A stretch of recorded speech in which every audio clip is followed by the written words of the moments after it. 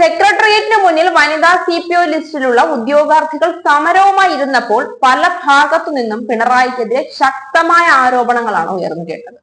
പിണറായി സർക്കാർ പിൻവാതിൽ വഴി നിയമനം നടത്തി പല ഉദ്യോഗാർത്ഥികളെയും തഴഞ്ഞു എന്നതുൾപ്പെടെ ഉമ്മൻചാണ്ടി സർക്കാരിന്റെ കാലത്ത് ഇപ്പോഴത്തെ സർക്കാരിനേക്കാൾ കൂടുതൽ നിയമനം നടത്തിയിട്ടുണ്ട് എന്ന് വരെയുള്ള കള്ളക്കണക്കുകൾ ബോധിപ്പിച്ച് പല ഞാനൂൽ നേതാക്കന്മാരും രംഗത്തു വന്നു.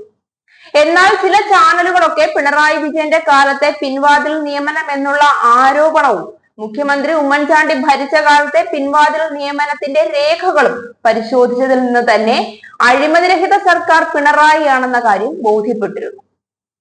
എന്നാൽ ഇപ്പോൾ ഇതിനൊക്കെ കൃത്യമായ മറുപടി നൽകിക്കൊണ്ട് കൃത്യമായ രേഖകളും കണക്കുകളുമായി സർക്കാർ തന്നെ മുന്നിലേക്ക് വന്നിരിക്കുകയാണ്. വനിതാ CPO റാങ്ക് ലിസ്റ്റിലുള്ള ഉദ്യോഗാർത്ഥികൾ സമരം ചെയ്തപ്പോൾ തന്നെ റാങ്ക് ലിസ്റ്റിൽ വരുന്ന എല്ലാവർക്കും തൊഴിൽ കൊടുക്കുന്നത് നടക്കാത്ത കാര്യമാണെന്ന് പിണറായി പറഞ്ഞു. അത് സമരം ചെയ്തവർക്കുൾപ്പെടെ പൊതുജനത്തിനും അറിയാത്ത കാര്യമല്ല. ഒരു PSC ടെസ്റ്റ് നടത്തി അതിൽ തിരഞ്ഞെടുത്ത് ലിസ്റ്റിൽ ഇടുന്നത് ഇരട്ടിയിലധികം ഒഴിവുകൾക്കുള്ള ഉദ്യോഗാർത്ഥികളുടെ പേരായിരിക്കും. അതിൽ നിന്ന് ഒഴിവ് വരുന്നതനുസരിച്ച് ലിസ്റ്റിന്റെ കാലാവധി തീരുന്നതിന് മുൻപ് നിയമനം നടത്താറുമുണ്ട്.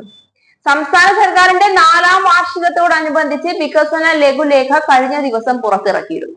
കഴിഞ്ഞ 9 വർഷത്തെ പിണറായി സർക്കാരിന്റെ നേട്ടങ്ങൾ എണ്ണിപ്പറഞ്ഞുകൊണ്ടാണ് ലഘുലേഖ തയ്യാറാക്കിയിരിക്കുന്നത്. ആ ലഘുലേഖയിലാണ് രാജ്യത്ത് ഏറ്റവും അധികം PSC നിയമനങ്ങൾ നടന്നത് കേരളത്തിലാണെന്നുൾപ്പെടെയുള്ള മാതൃകാപരമായ നേട്ടങ്ങൾ കൈവരിക്കാനായെന്ന വാദം തെളിവുകൾ സഹിതം എണ്ണിപ്പറയുന്നത്. രാജ്യത്തെ ആകെ PSC നിയമനങ്ങളുടെ 66% നടക്കുന്നത് കേരളത്തിലാണെന്ന് ഉറപ്പാണ് എന്ന് ലഘുലേഖ കണക്കുകൾ വ്യക്തമാക്കുന്നു. ഇത് സർക്കാരിന്റെ ഏറ്റവും വലിയ നേട്ടമായി ഉയർത്തിക്കാട്ടുന്നുണ്ട്.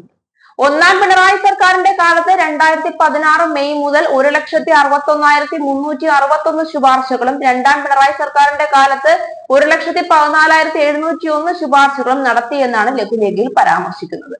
2025 മാത്രം ഇതുവരെ 8,297 ശുപാർശകൾ നൽകിയിട്ടുണ്ടെന്നും ലഘുലേഖയിൽ പറയുന്നുണ്ട്.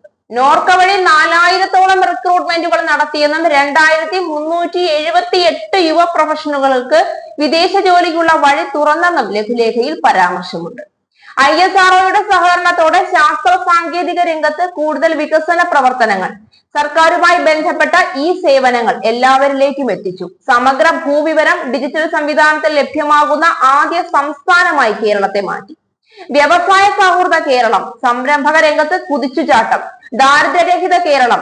8 വർഷത്തിനിടയിൽ 3,57,898 പട്ടയങ്ങൾ വിതരണം ചെയ്തു. ഏറ്റവും കൂടുതൽ സൗജന്യ ചികിത്സ നൽകുന്ന സംസ്ഥാനം, മാലിന്യമുക്ത കേരളം തുടങ്ങിയ നേട്ടങ്ങളുടെ വലിയ നിര തന്നെയാണ് സർക്കാർ ലഘുലേഖയിൽ അവതരിപ്പിച്ചിരിക്കുന്നത്. എല്ലാ വിവരങ്ങളും ചുരുങ്ങിയ രൂപത്തിൽ 2 പേജുകളിലായും സമഗ്ര വിവരങ്ങൾ ഉൾപ്പെടുത്തിയ ബുക്ക് രൂപത്തിലും സർക്കാർ നേട്ടങ്ങൾ അവതരിപ്പിച്ചിട്ടുണ്ട്. ഇവിടെയൊക്കെ കണക്കുകൾ തന്നെയാണ് കഥ പറയുന്നത്. ഇതിനൊക്കെ പുറമെ കേരളം ഒരു നിക്ഷേപ സൗഹൃദ സംസ്ഥാനമായതോടുകൂടി വൻകിട മുതൽ മുടക്ക് കേരളത്തിൽ മണ്ണിൽ നടത്തി ബിസിനസ് കെട്ടിപ്പൊക്കാൻ വേണ്ടി തയ്യാറായി നൂറുകണക്കിന് ആൾക്കാരാണ് രംഗത്തേക്ക് വന്നിരിക്കുന്നത്. ഇതുകൂടി യാഥാർത്ഥ്യമാവുന്നതോടുകൂടി കേരളത്തിലെ തൊഴിൽ സാധ്യതകളുടെ എണ്ണം 10 മടങ്ങായി വർദ്ധിക്കും. തൊഴിൽ രഹിതർ ഇല്ലാത്ത ഒരു സംസ്ഥാനമായി കേരളം മാറും. 1-2 കുറ്റങ്ങൾ എണ്ണിപ്പറയുന്നവർ ഇത്തരത്തിൽ വികസന പ്രവർത്തനങ്ങളുടെ നീണ്ട പട്ടിക കണ്ടില്ലെന്ന് വെക്കുകയാണ് ചെയ്യുന്നത്. അത് ബോധപൂർവവുമാണ്.